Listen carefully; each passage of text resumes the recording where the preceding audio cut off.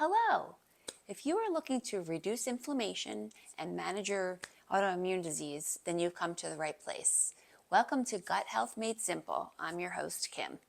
So today I want to talk a little bit about some of the things that I have, some of the staples that I pretty much always have in my refrigerator. So I always have some type of a lettuce, and I've been lately really liking the red and green leaf lettuce from, I shop at Wegmans some of the time, most of the time I shop at Wegmans. So this red and green leaf kind of hydroponic lettuce. Let me just give you a little brief look at that.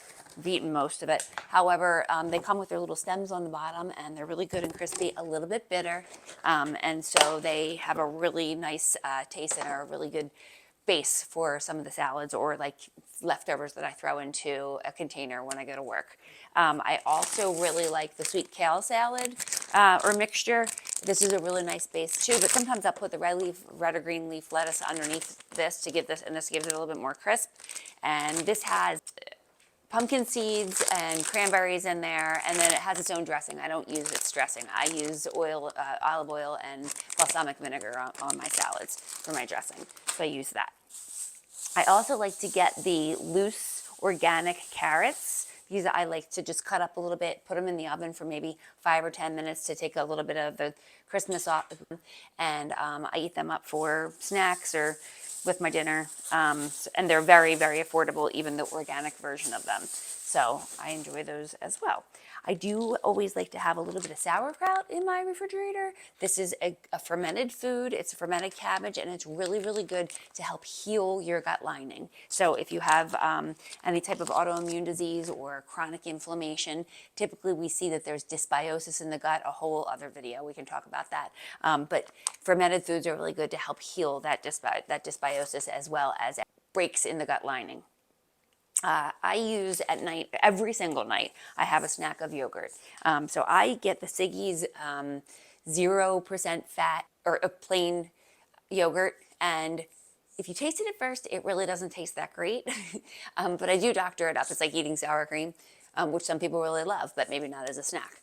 So I doctored this up. I put organic vanilla in it, and I mix that together, and then I put some cacao nibs on it. You can see that in my pantry video, so check that one out as well.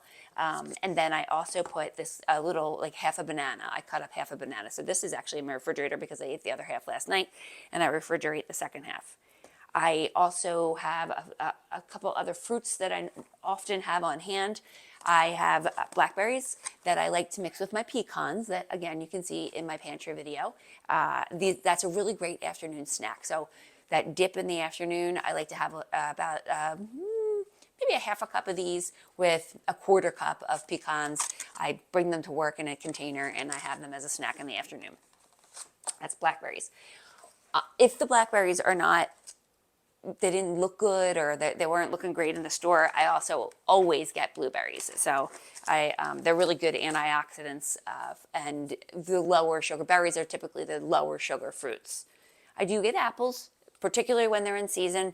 It's March right now, so these are not necessarily in season. There's a whole other concept that we can talk about in a different video as far as like fruits in season and what that's all about. But I do typically have the apples on hand because my grandson likes to have peeled apples and peanut butter, which I feel like is a better snack than cookies and candy.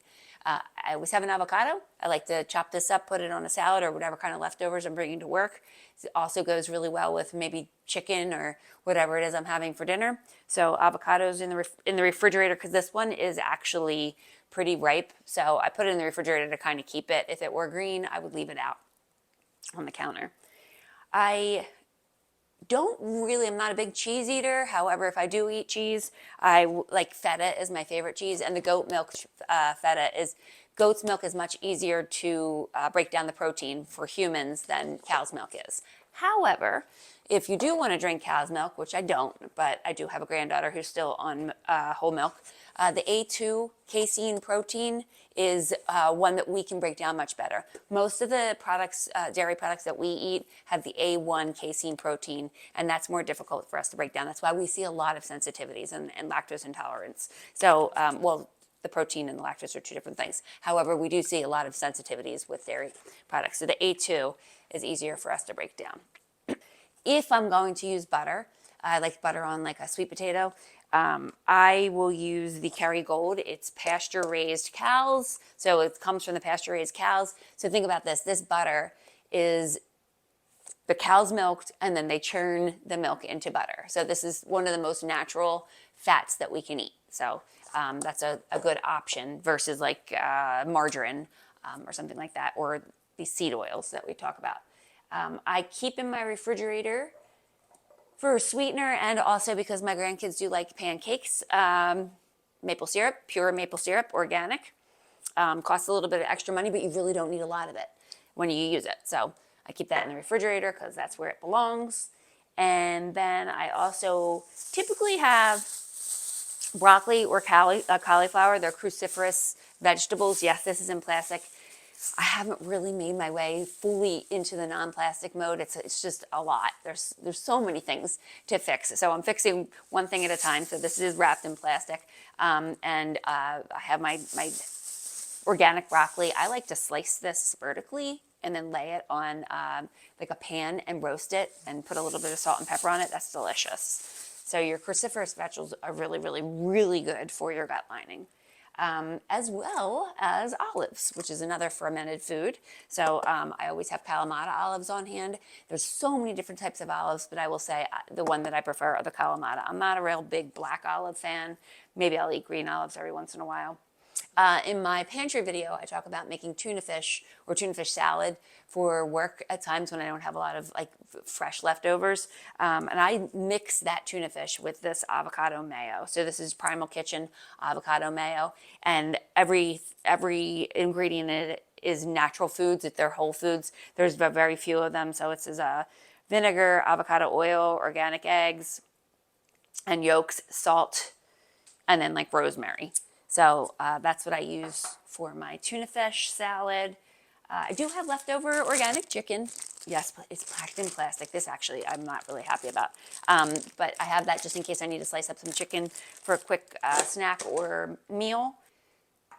Ketchup can often have a lot of sugar in it. So the condiment that I usually use if I want to have, something to just kind of make something dry, have a little bit more moisture to it, I actually go to the mustards. So I have Grey Poupon and brown mustard on hand at most times, and I use those as my go-to condiments. Just in the background, as bases for salads, foods, meals, or whatever, these are my chickpeas.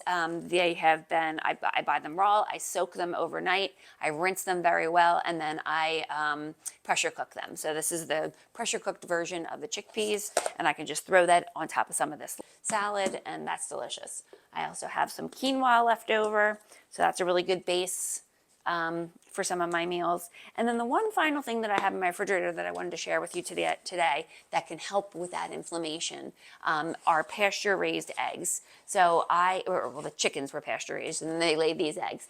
Why pasture-raised? So we can do a whole extra video about eggs and the different names and different scenarios of the chickens when the eggs were hatched, but pasture raised is best because that means the chickens were living their best life when they were laying their eggs.